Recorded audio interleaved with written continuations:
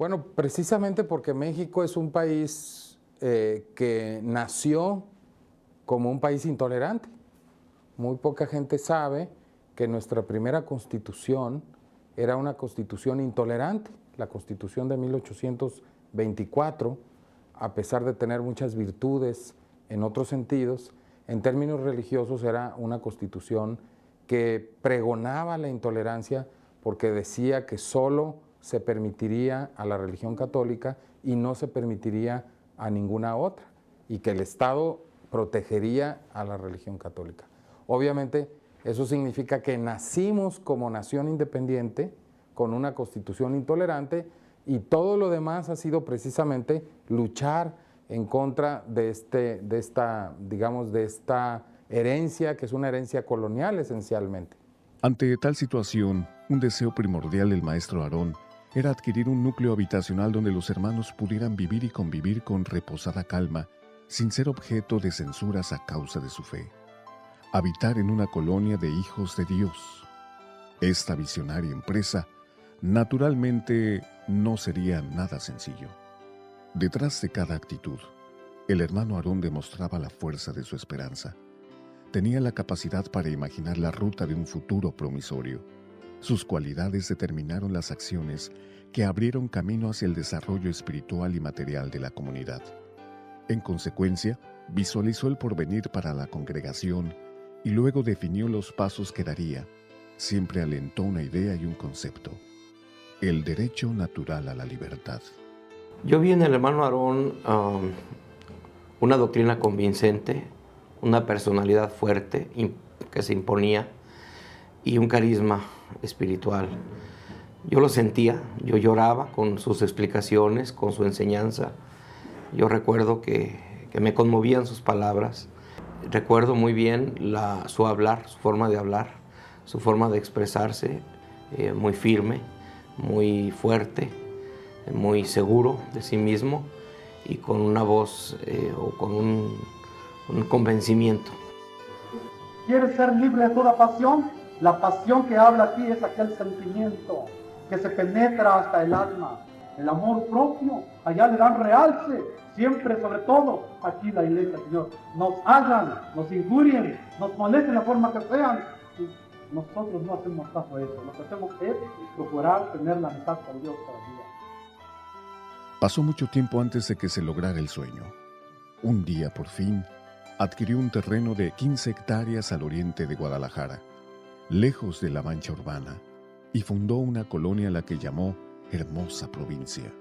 El diseño del terreno se sujetó a la arquitectura de una necesidad que reclamaba libertad y singularidad. Las hectáreas se fraccionaron partiendo del centro en el que se edificaría el templo. Un gran templo, el más grande jamás construido. Consecuentemente, su superficie y altura superarían a las construcciones religiosas de Jalisco. De ese centro o glorieta se trazaron calles radiales, todas convergentes hacia el templo, cuyos nombres se identificaron con ciudades de Palestina. Los primeros habitantes se establecieron a finales de 1954. Fuimos 2 matrimonios que nos mandaron al terreno, que lo andaban apenas comprando.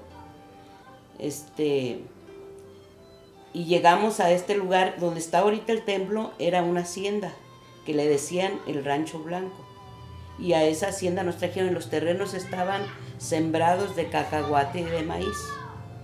En el año 54 fue cuando nos mandaron, y fuimos los primeros habitantes de la hermosa provincia. Entonces se hizo el siervo de Dios, dio el enganche, y ya esperó que levantaran el maíz, cosecharan el maíz y el cacahuate para empezar a trazar los terrenos. Nosotros hemos sido testigos cómo ha crecido la hermosa provincia, porque más de 50 años vivimos en esta colonia y somos testigos oculares del crecimiento de la iglesia, la luz del mundo. Ese proyecto fue parte del desarrollo material de la iglesia como firme consolidación en el escenario evangélico del país. La colonia Hermosa Provincia fue un punto de partida, un lugar libre de tabaquismo y alcoholismo. La Secretaría de Educación Pública la reconoció como una de las primeras comunidades mexicanas sin analfabetismo. No, pero de los barrios, digamos, pobres, vamos a decir de Guadalajara, de los barrios con analfabetismo, yo me acuerdo muy bien cuando de repente pues leímos en el periódico de que en el distrito escolar fulano de tal, no en la hermosa provincia, en el distrito escolar fulano de tal, se había levantado bandera blanca y ya no había un solo analfabeto. Entonces, bueno, ¿y qué es esto? Sí, claro. Sí, porque ellos no iban a hablar de hermosa provincia, ¿no? Fue un parteaguas en la historia de la entidad. Fue una vía de salida hacia la modernidad como posibilidad de desarrollo de un progreso continuo e ilimitado. Y que es una iglesia que apoya también que los jóvenes se preparen, que estudien, que continúen sus carreras, jóvenes de ambos sexos, ¿no? Con la tranquilidad de tener un lugar propio y seguro, transcurrió el tiempo, con triunfos y éxitos. La doctrina se difundió con increíble rapidez y así comienza un notable crecimiento misionero. Hasta 1964, la iglesia se había diseminado por 23 estados de la República Mexicana, 2 ciudades de los Estados Unidos de Norteamérica, además de El Salvador y Honduras. Pasaron los años, él siguió trabajando en muchas partes. Se levantó México, Puebla, Cuernavaca. En 1942, la Iglesia de México contaba con más de 500 miembros.